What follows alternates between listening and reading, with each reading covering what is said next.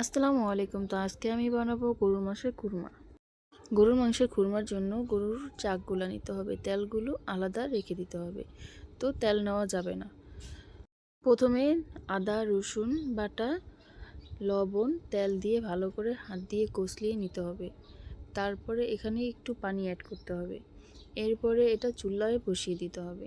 চুলায় বসিয়ে দেওয়ার পর ভালো করে ঢেকে নিতে হবে। তারপর এখানে গরম মশলা অ্যাড করতে হবে। তো গরম মশলা অ্যাড করার পর ভালো করে উল্টিয়ে পাল্টিয়ে দিতে হবে। উল্টিয়ে পাল্টিয়ে দিয়ে এইটা যেই পর্যন্ত না হয়, কালার চেঞ্জ না হয়, ওই পর্যন্ত এটাকে রান্না করতে হবে। কালার চেঞ্জ হয়ে গেলেও এটা সেদিন খাওয়া যাবে না। এটা একদিন 2 দিন 3 দিন পর থেকে খেলে খুব ভালো ফ্লেভার পাবেন। তো এইভাবেই আমার এই গরুর মাংস কুরমাটা রান্না করতে হয়, আর এটা প্রত্যেক দিন জাল দিয়ে খেলে খুব ভালো হয়।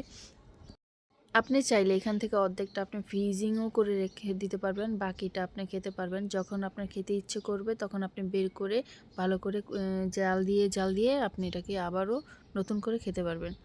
কার কেমন উপকার হলো আমাকে জানিয়ে দিবেন। এই যে এটা হচ্ছে